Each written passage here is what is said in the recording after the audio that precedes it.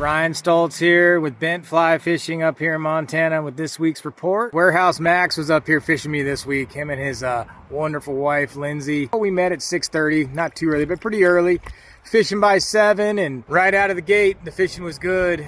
It was great. We had an unbelievable day. Definitely way more on the dropper than the dry fly. We were dropper fishing, but it was working. A little black size 12 Pat's rubber legs. Phenomenal day. Fish of all sizes. We taught Max a little bit about high sticking that day, which is cool.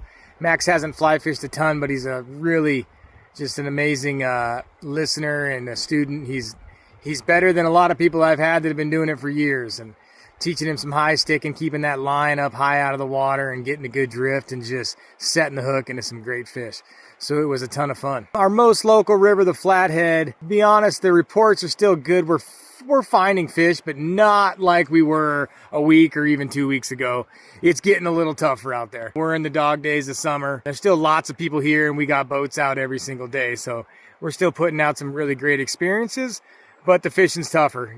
Getting the native West Slope cutthroat to rise to the dry fly is not as easy as it was a few weeks ago. And that's typical for this time of year, going into the heat of August. The fish have been, seeing a lot of flies, there's been a lot of sunshine, kind of pushing them down. That being said, though, the go-to stuff right now, definitely small ants. Size 16 epoxy ant we were throwing. There's another purple one we like with a dubbing ant trailed behind a little hopper. He's been catching fish. You're going to have to work for them, but it's been catching fish. But I would recommend, especially if you're in the morning, don't be scared to, tie a mid-depth dropper off the back of your hopper. Sometimes the flathead this time of year, you got to get a little techier, throw a real small PT jig, mess around with, a little smaller techie tongue bead nymphs, and you'll find a couple fish. You're just going to have to work for them. But that being said, it's still lots of good days happening out there. Blackfoot River. My dad had a trip out there just the other day, and his report was real similar to mine the week before. He actually had a great dry fly day on epoxy ant as well down there. He was fishing a corn-fed caddis